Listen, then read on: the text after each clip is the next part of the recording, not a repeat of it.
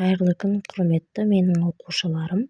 Бүгінгі күні 1 сынып математика 48 сабақ сандарды қосу және азайту тармағын қарастырамыз. Сандарды қосу және азайту. Бірінші есепке назар аударайық. Бөлшектерді реттеуге көмектес. Оларды екі қорапқа бөліп сал. Бөлшектерді реттеуге көмектесейік. Бірінші бөлшек саны 90 дана. Бір қорап саны белгілі, екінші қорап саны белгісіз. Екі қорап санын қосқанда бірінші бөлшек, яғни 90 дана шығу керек. Есептеп толтырайық. Бірінші жәшік 40 болады, екінші жәшік 60, үшінші жәшік 20, төртінші жәшік 80 санына тең. Жарайсыңдар, балалар. Екінші бөлшекке назар аударайық. Екі қорапшаның санын қосқан кезде 50 дана шығу керек. Бірінші қорапта 30, екінші қорапта 10, үшінші қорапта 20, төртінші қорапта 40 санына тең.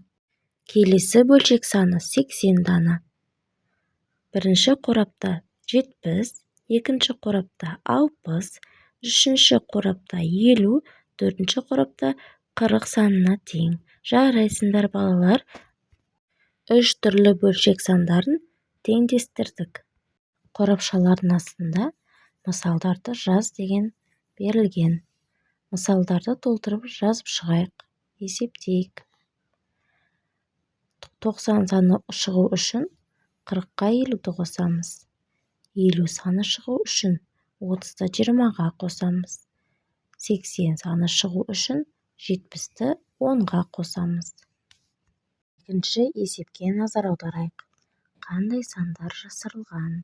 Дұрыс жауапты таңда. Балалар, зер салып назар аударайық. Бірінші мысалға назар аударайық. 80 мәні шығу үшін 70-ке қандай санды қосамыз? Қанекей тауып көрейік. Дұрыс айтасыңдар. 10 санын қосамыз. Екінші мысалдың мәні 90 шығады. 90, 50 санына қандай санды қосамыз? Дұрыс.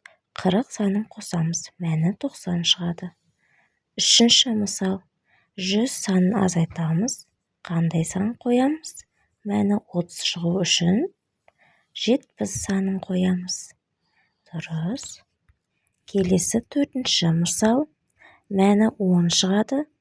Қандай саннан 80-ді азайтқанда мәні 10 шығады? Қалай ойлайсыңдар? Дұрыс. 90 саннан 80-ді азайтқанда 10 шығады. Келесі мысалға назар аударайық. Қандай санды 70-ке қосқанда мәні 100 шығады? Жарайсыңдар. 30 санын қосқанда мәні 100 шығады. Келесі мысал. 60 санына қандай санды қосқанда мәні 80 шығады? 60 санына 20 санын қосқанда 80 шығады.